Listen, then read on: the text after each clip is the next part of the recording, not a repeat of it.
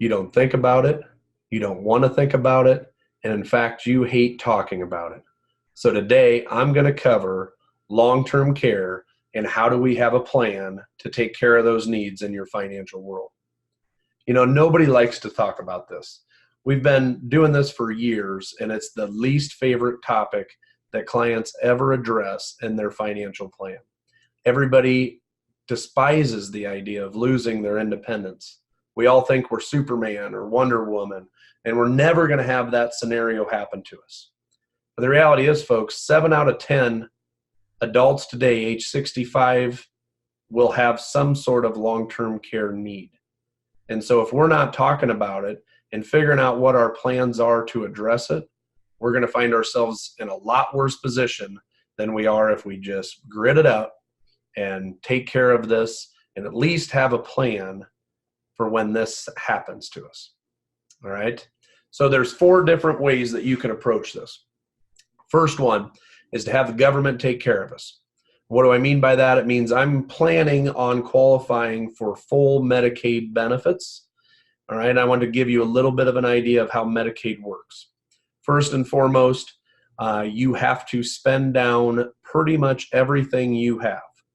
Simple way to think about it, and what I tell clients all the time, is you pretty much spend everything you got down to $2,000 of cash, a wedding ring, and some clothes on your back. It's all got to be gone. Your investment portfolio, your farm ground, your house, your vehicle, everything has to go in order for you to qualify for Medicaid benefits. Now, if you're fortunate enough that you're married and it's the first of the 2 spouses, there's a little higher limits and you're allowed to keep some of your assets, but not very many of them. In fact, we just had a situation a while back that a client had a husband who was ready to go and try to qualify for Medicaid. Well, we had to do everything in our power to pretty much impoverish the wife, the spouse that didn't need the care, in order to qualify her husband for Medicaid benefits. So instead of hoping her portfolio would grow, we had to position her portfolio to make sure it didn't grow. Now, how does that make any sense? It doesn't. And even a worse story is when I first started in this business, we had a story that I'd heard. It wasn't a client of ours, but it was a married couple of 63 years. They'd been together for 63 years. And the wife needed some care. They didn't have many assets. And so they applied and qualified for Medicaid. And they were able to get her a room right up the street at the local nursing home where she was able to be visited by her husband every day for years and years and years. And then all of a sudden, his health started to deteriorate. Well, they made the assumption that, well, he would just jump onto Medicaid as well, just like his wife, and set up shop in a room next to her. Well, guess what? With Medicaid, you don't get to pick where you receive your care. So the home that the wife was in actually had no other rooms available. So what happened is the husband ended up having to get his care provided to him at another facility 30 miles down the road. Can you imagine that? 63 plus years of marriage, in your last days here on earth, you don't even get to spend with the one that you've loved the most and spent the most time with for all those decades. So Medicaid is a viable option, and for some, I tell them that's your best plan of action. But I want you to understand that there's a lot of hoops to jump through and a lot of things you got to get figured out ahead of time. And the old days of being able to gift all your money away are certainly gone, because today there's what they call a 5-year look back.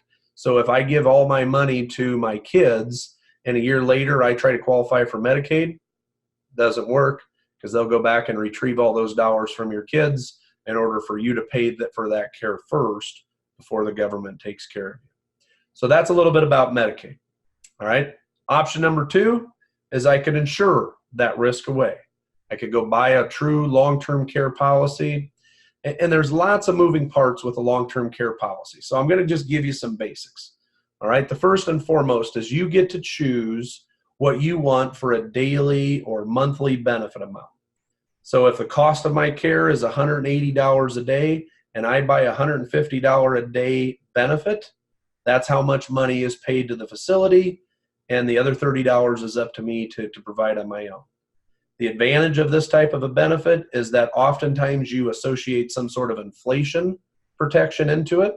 So if I buy $150 today, by the time I go to use it, that 150 might have increased to 250, 300, and so forth.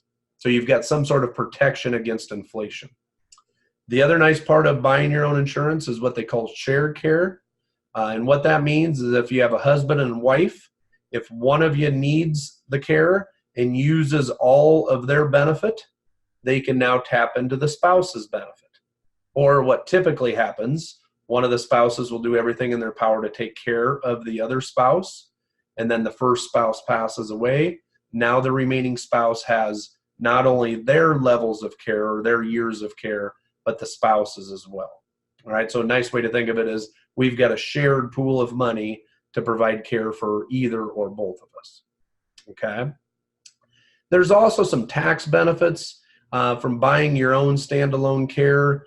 I'm not going to get into many of those details today, but just know there are some deductions available depending on if you're a self-employed business owner.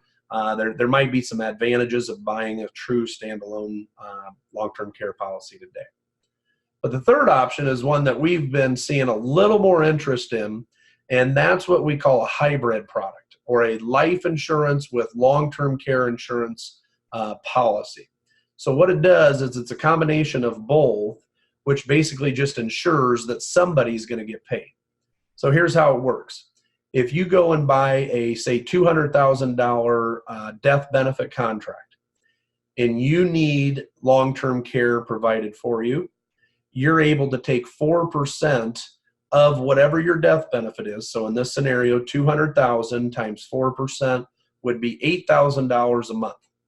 All right, and that $8,000 a month can go towards skilled nursing, assisted living, home health care, variety of ranges out there. The challenge with that is that there's no inflation, and you know you've only got it for a short period of time, right? Because if you divide 100 divided by 4, it's 25 years, or excuse me, 25 months. So you've got coverage for really only about 2 years and a month or so. But the nice part about it is that you know somebody's going to get paid, right? If it's you needing long-term care, you're going to have the ability to pull those dollars back out. And if you don't need long-term care, which is always the million-dollar question, right? Will I use it or will I not? But if you don't use it, you know somebody's going to receive 100% tax-free death benefit. Okay, so that's option number 3. And moving on to our final option, and this is not that commonly seen, but it's to self-fund or self-insure the need for long-term care. So where would this come up? These scenarios present themselves in places where people have very large nest eggs or very large ownership and property, maybe it's farm ground, et cetera, where they don't necessarily have to go buy the insurance. They just have to have a plan in place to know how they're going to pay for that care. So an example of that would be is, let's say you're a farm family and you own 1,000 acres of ground. All right, let's just assume that that ground's worth $8,000 an acre and you're generating rents and so forth from it. You may decide as a family and as a planner, I would be a part of this, or your advisor should be a part of this, which chunk of this ground is going to be allocated to provide the care I need if I should ever need it. All right, so that might mean I get enough rents from my 1,000 acres to easily cover it. It might mean that I'm going to sell off a parcel of this ground because it wasn't part of our original family farm, and then I'm going to take those proceeds to pay for that care. The point of the story is that you just need a plan. And if you look at any of these 4 scenarios, Medicaid, true standalone long-term care, a life with long-term care hybrid product, or self-insuring it, my goal is to have each and every one of you sit down and give some thought to what is your plan. And if you don't have one, please go put one together.